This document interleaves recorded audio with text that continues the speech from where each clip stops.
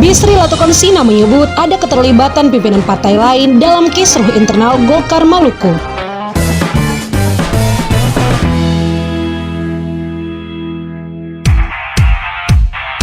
Wakil Ketua Bidang Kepartaian Partai Golkar Provinsi Maluku, Bisri Sidik Latukonsina mengatakan kalau kader Partai Golkar yang tidak puas dengan komposisi kepengurusan di Partai Golkar saat ini dipersilahkan memprosesnya melalui Mahkamah Partai. Menurutnya, ada mekanisme internal yaitu bisa menuntut ke Mahkamah Partai nantinya dibahas di sana sehingga kisruh yang ditimbulkan akibat ketidakpuasan kader partai tidak lagi menjadi konsumsi publik di Maluku. Karena kata Latukonsina, Partai Golkar saat ini sementara diperhadapkan dengan berbagai agenda penting. Aksi protes dari kader Partai Golkar ini katanya sangat merusak citra partai, namun dirinya bersyukur karena kader-kader yang tidak setuju itu bersedia menyelesaikan masalah tersebut. Dirinya merasa bahwa para kader yang tidak siap mengikuti perubahan yang sementara didesain dan diformatkan oleh seorang Ramli Umasugi dalam memimpin partai berlambang pohon beringin ini. Selain itu, Bisri Latukonsina juga menyebut saat ini pihaknya sedang mengumpulkan bukti bahwa kader-kader yang melakukan protes itu ada keterlibatan pemimpin partai lain.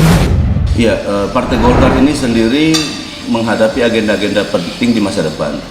Belajar dari kekalahan Partai Golkar dalam mengusung kader terbaiknya, Pak Said Assegaf menjadi Gubernur Maluku, tentunya dalam kacamata Pak Ramli Umasugi sebagai Ketua Golkar yang baru, tentunya beliau harus melakukan evaluasi baik dari komposisi kepengurusan maupun mekanisme organisasi yang selama ini terjadi di Partai Golkar.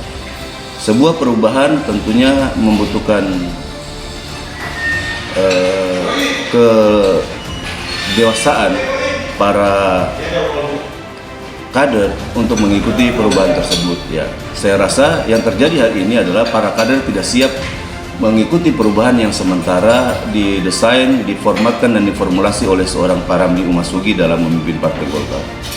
Ya, sampai hari ini kami sudah melakukan mediasi-mediasi ya, mencoba melakukan mediasi dengan pendekatan-pendekatan persuasif, kekeluargaan, serta karya-kekaryaan yang ada dimiliki ya, Partai Golkar.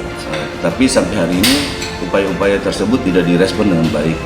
Bahkan kami sementara mengumpulkan bukti bahwa kader-kader yang hari ini melakukan protes ketidakpuasan itu telah melakukan langkah-langkah yang dalam konstitusi Partai Golkar itu sangat tercela karena terindikasi telah berhubungan dengan pimpinan partai lain dalam rangka melakukan pengembosan di dalam Partai Golkar. Ini adalah gerakan-gerakan yang tidak dapat diterima di dalam Partai Golkar itu sendiri. Kami sementara menyiapkan bukti-bukti indikasi keterlibatan mereka dalam berkongsi dengan pimpinan partai lain tersebut. Nah, indikasi itu sudah kuat, tapi sementara bukti-buktinya kami siapkan. Ini adalah pelanggaran berat yang pernah dilakukan oleh para kader Golkar dalam sejarah 10 tahun terakhir Partai Golkar ada di Provinsi Maluku.